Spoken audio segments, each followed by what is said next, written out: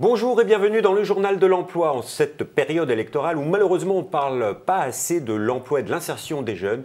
Nous voulions faire le point avec un des services qui s'occupe des jeunes, les missions locales. Serge Croachvili, bonjour. Bonjour. Vous êtes délégué général de l'Union nationale des missions locales. Alors on peut dire c'est le premier service public au service de l'emploi et de l'insertion des jeunes. C'est ça, oui. C'est un réseau de 445 associations qui couvrent l'ensemble du territoire métropolitain et ultramarin, avec des associations qui accompagnent les jeunes dans leur parcours et reconnues par 4 codes. Donc un service public de l'accompagnement des jeunes. C'est aussi ces 6 000 lieux d'accueil pour les jeunes. C'est ça, c'est 6 000 lieux d'accueil, 13 000 salariés, avec 1 500 000 jeunes accompagnés chaque année, dont près de la moitié d'entre eux accèdent soit à l'emploi, soit à une formation professionnelle. Alors pour ceux qui ne connaissent pas encore les services d'une mission locale, la question c'est qu'est-ce qu'on trouve dans une mission locale pour les jeunes? Alors dans une mission locale, vous avez d'abord un référent qui vous accueille, qui vous accompagne sur l'ensemble de votre parcours, ou d'accès à l'emploi, ou d'accès à la formation, d'accès à la santé. Et vous venez à la mission locale sur le principe du volontariat et cet accompagnement vous permet d'entrer en formation professionnelle. Et quand vous avez un problème de logement, d'être en contact grâce à la mission locale avec les acteurs du logement, un problème de santé avec les acteurs de la santé. Donc vous voyez, on accompagne les jeunes avec la prise en compte globale de leurs besoins et de leurs attentes. Alors une des priorités malheureusement c'est faire baisser le chômage des jeunes. Parce qu'aujourd'hui il est de plus de 20%, 25%. Et alors que faut-il faire? Alors la priorité c'est surtout de permettre à chacun des jeunes d'abord de se définir un projet professionnel qui soit en adéquation avec le marché du travail et à partir de là lui permettre de se présenter dans les meilleures conditions vers et dans l'emploi. Et donc pour ça nous avons des contacts avec les entreprises que nous rencontrons, avec lesquelles nous travaillons sur leurs besoins de compétences, sur leurs besoins de recrutement et bien chacun des jeunes peut se voir proposer un accès à l'emploi selon sa situation. Oui, mais néanmoins, le chômage des jeunes est très élevé, 20-25%. Que faut-il faire? Quels sont les dispositifs qui ont été mis en place? Je sais que vous avez été un des acteurs de l'installation et de la mise en place des emplois d'avenir. Est-ce que ça a été efficace selon vous? Alors les emplois d'avenir, c'est quand même plus de 250 000 contrats qui ont été signés depuis novembre 2012 avec les jeunes. Près de 90% des jeunes ont une formation professionnelle pendant leur situation d'emploi. Et on peut dire que c'est efficace parce que ça a changé aussi beaucoup la représentation qu'avaient les entreprises des jeunes en pensant finalement les jeunes, ils ont des difficultés, ils ne sont pas en capacité à occuper un emploi.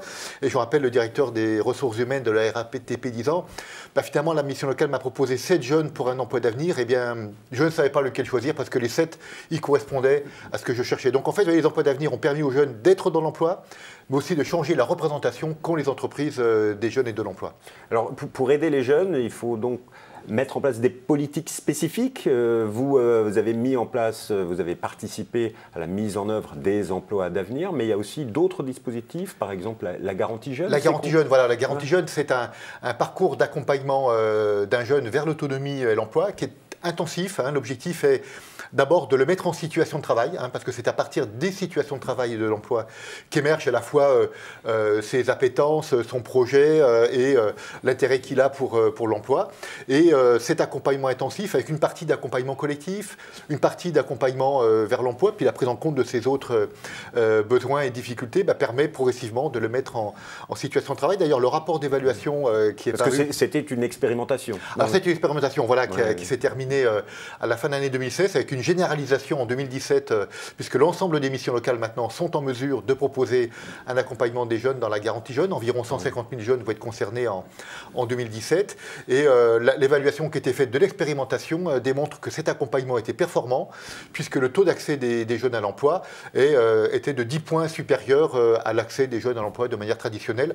Donc c'est quelque chose qui est performant et la mobilisation des entreprises permet effectivement de proposer aux jeunes des situations de travail correspondant à leurs attentes. À vous entendre, on a plus l'impression qu'il y a un gros travail à faire auprès des entreprises plutôt que sur les jeunes. Les deux. En fait, nous devons travailler concomitamment sur l'offre d'emploi et sur la demande d'emploi. L'objectif des missions locales étant en fait de rapprocher les projets des jeunes et les projets des entreprises et que ceux qui attendent des compétences trouvent chez les jeunes des compétences dont ils ont besoin pour développer leur activité économique. Alors dans les années qui viennent encore, que faut-il faire pour que l'emploi des jeunes soit de plus en plus important? Alors, bien évidemment, vous le savez, on est lié fortement à la conjoncture économique, aux politiques de développement qui sont menées au plan national, mais aussi au plan territorial par les communes, les départements, les régions. Vous savez que quand on aménage un espace, c'est de l'emploi en plus, donc c'est cette démarche de développement, mais surtout d'avoir en tête que les jeunes, c'est d'abord des compétences, des ressources, c'est pas une charge pour l'entreprise.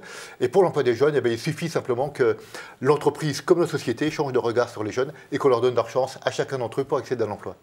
Monsieur Krajvili, merci beaucoup pour toutes ces informations.